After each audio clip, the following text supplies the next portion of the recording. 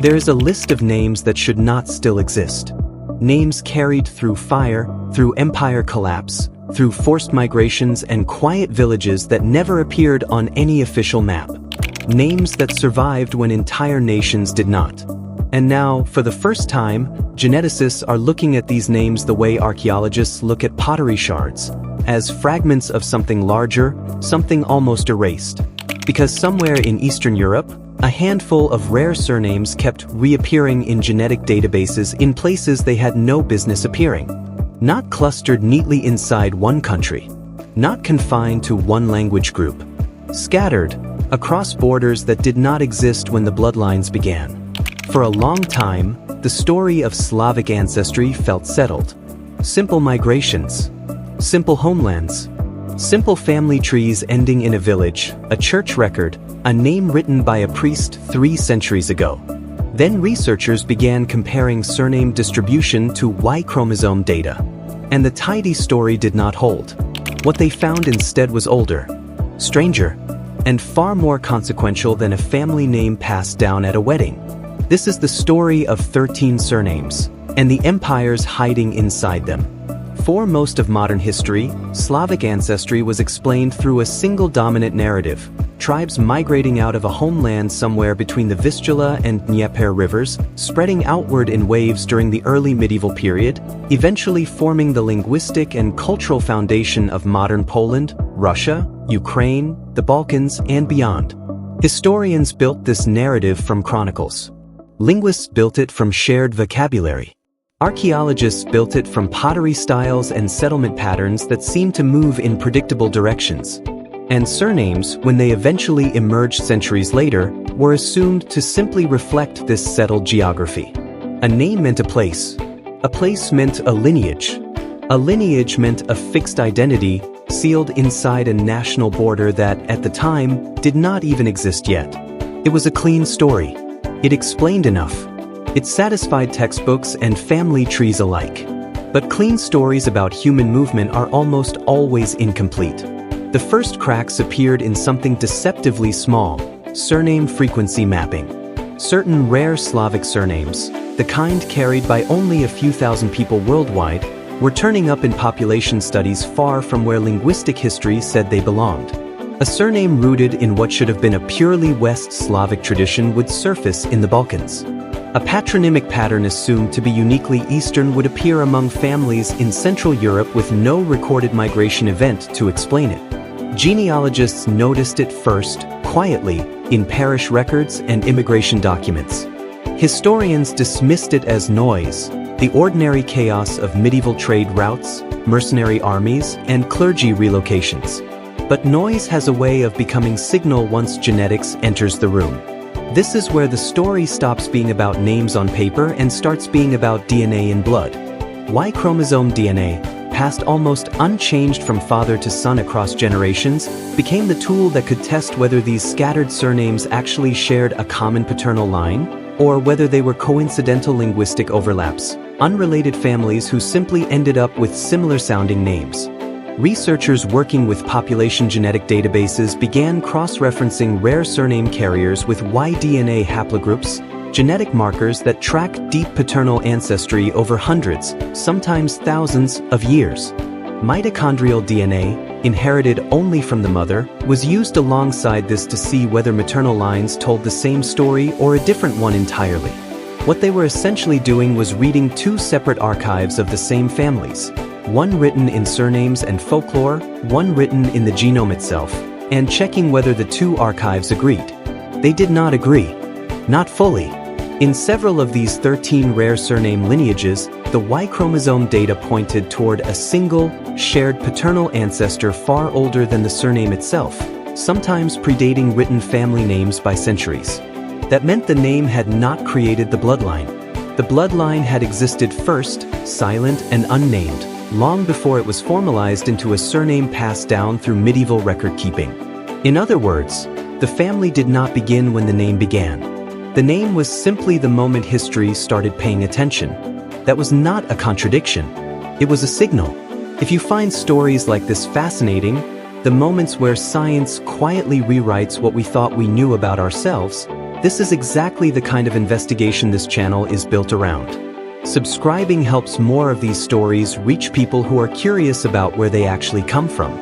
Now the deeper question emerged: if these surnames traced back to shared ancestors older than the names themselves, where did those ancestors actually come from, and why were their descendants scattered across regions the traditional migration model said should have stayed separate?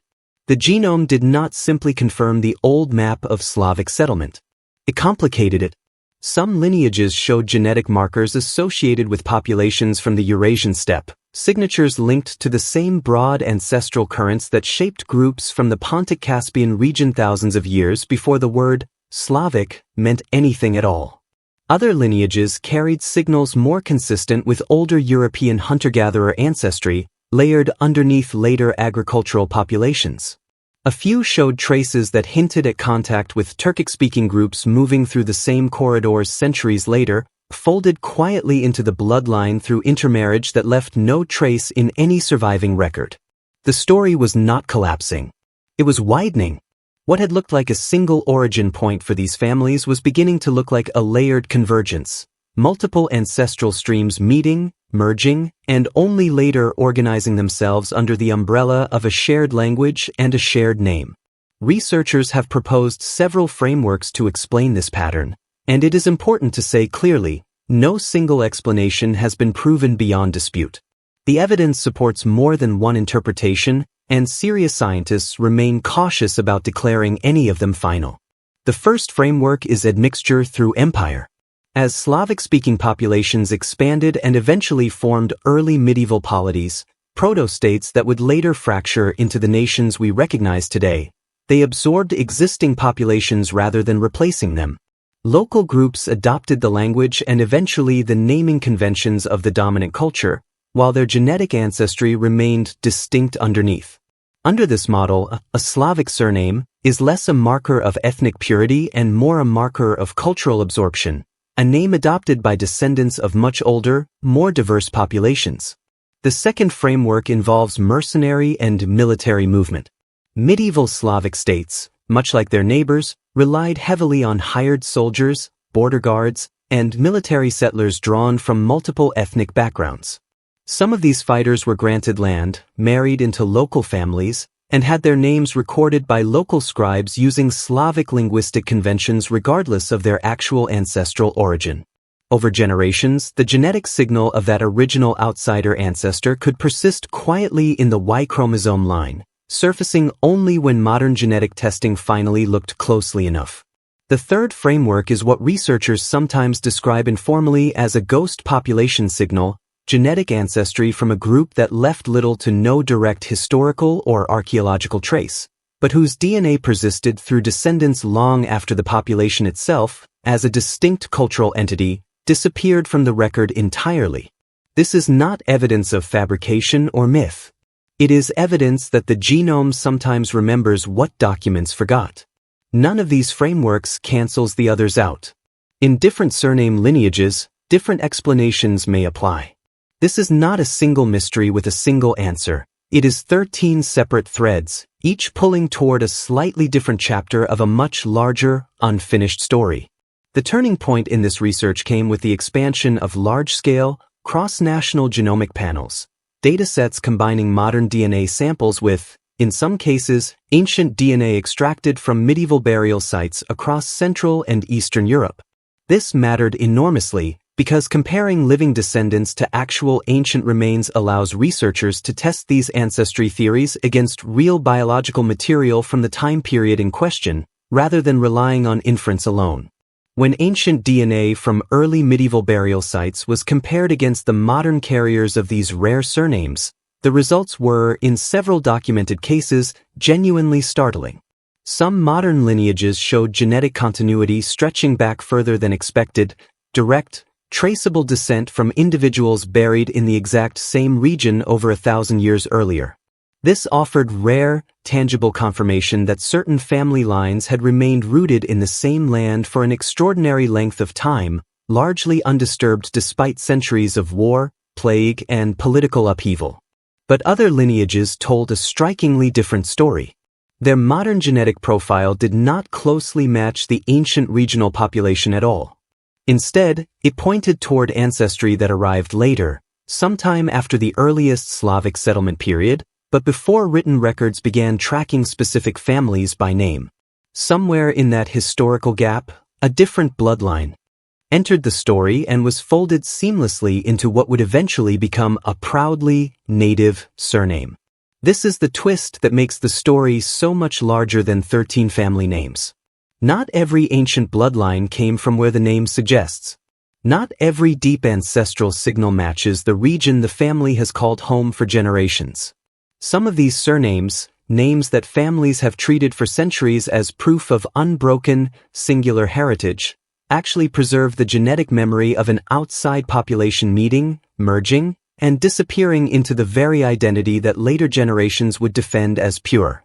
The surprise was never that mixing happened. Mixing always happens in human history. The surprise was where, specifically, some of these signals pointed toward distant migrations, distant contact events, and distant ancestors that no family oral tradition had ever mentioned, because by the time surnames were written down, that older story had already been forgotten. The genome was not erasing the family history these names represent. It was revealing an older, deeper history sitting quietly underneath it. This matters far beyond 13 surnames, or even beyond Slavic history specifically. It matters because it demonstrates, with hard biological evidence, something historians have long suspected but rarely could prove at the level of individual families. Human ancestry is not a straight line.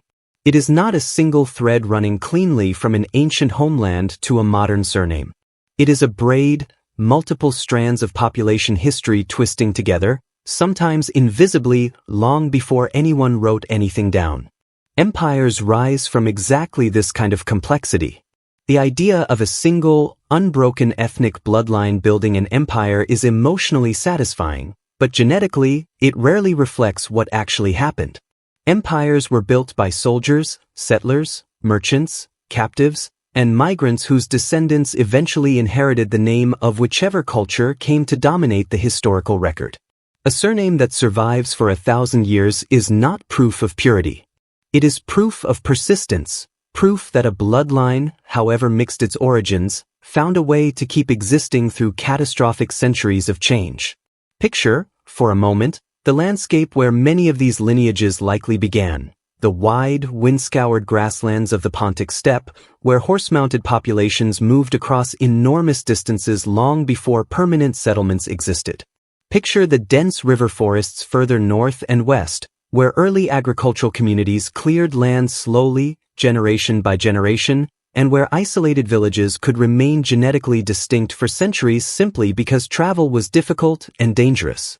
Picture the fortified river towns that would later become the seedbeds of medieval Slavic states, places where soldiers from a dozen different backgrounds might settle within a single generation, intermarrying quietly, their children absorbed entirely into the local language and the local name.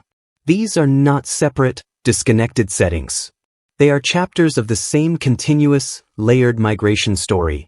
A story so long and so complicated that no single surname, no single village record, and no single ancient burial site could ever tell it completely on its own. Only by comparing all of them together, patiently, does the outline of the larger pattern begin to emerge. That is what makes rare surnames so valuable to researchers in the first place. Common names are diluted across so many unrelated families that their genetic signal becomes almost impossible to isolate. But a rare surname, carried by only a small, traceable number of families, acts almost like a genetic fingerprint, a narrow thread researchers can follow back through time with far greater confidence than broader, more common naming patterns allow. 13 names. 13 threads. Each one pulling back toward a slightly different point in a history that was never as simple as the textbooks suggested. Some threads lead to ancient, unbroken continuity, families whose ancestors have occupied the same regional landscape for well over 1,000 years, largely undisturbed by the chaos happening around them. Other threads lead somewhere else entirely, toward distant contact events, absorbed populations, and ancestral streams that arrived quietly and left no trace except the genome itself. If any of this makes you want to know more about your own family's hidden layers, that curiosity is worth following. There is very likely more sitting inside your own ancestry than any single name could ever tell you. None of this diminishes the families who carry these names today. If anything, it deepens what those names actually represent.